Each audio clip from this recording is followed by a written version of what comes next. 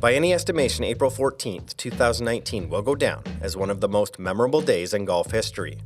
A Masters Sunday that ended with a 43-year-old Tiger Woods, written off by many, clad in green again after capturing major championship number 15. Like golden goals, walk-off home runs, and Nicklaus in '86, it was one of those where were you when sports moments, not only for golf fans, but for Woods' colleagues and competitors too. Actually, when I watched Francesco in the water on 12, I was sitting in the plane watching it and kind of gave a little, it was too loud on the plane, and somebody looked over at me and I was like, so sorry. He's just meant so much to the game, and when I was growing up, I watched him a lot, and I thought it was so cool when he dominated sports, and just being a big fan that day and that week, and I just was, it was really exciting to see him pull it off. Truly impressive what he did and where he's come from and the things he's been through. And it just shows you what we all knew about his resolve and his determination, and pretty touching there at the end with his family. It didn't matter whether those pros were young or old, contemporaries of Tiger, or kids he inspired. Like Woods, Cameron Champ is a Californian with African-American heritage.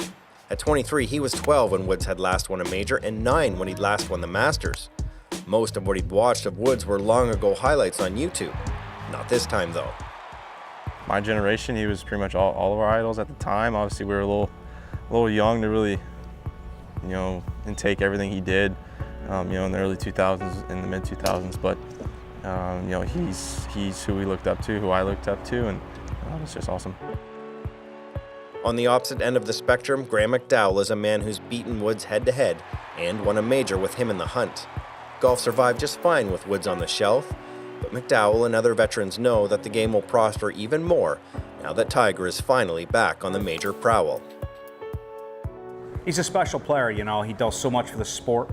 We're very fortunate to have played in the last 25 years in a time when the game has just gone from strength to strength. Because of him, because of who he is.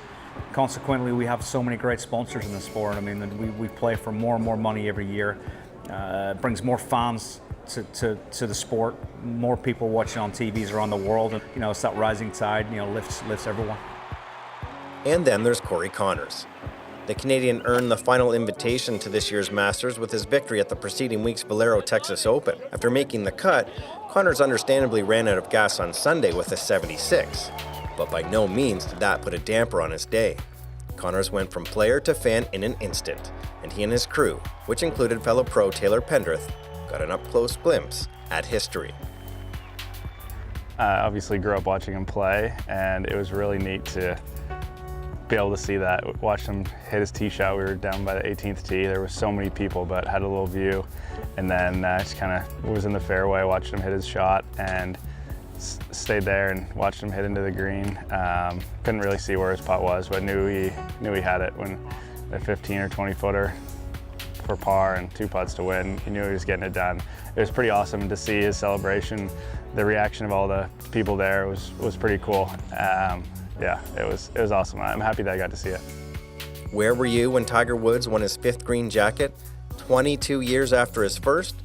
Just like these pros, you'll likely remember for a very long time.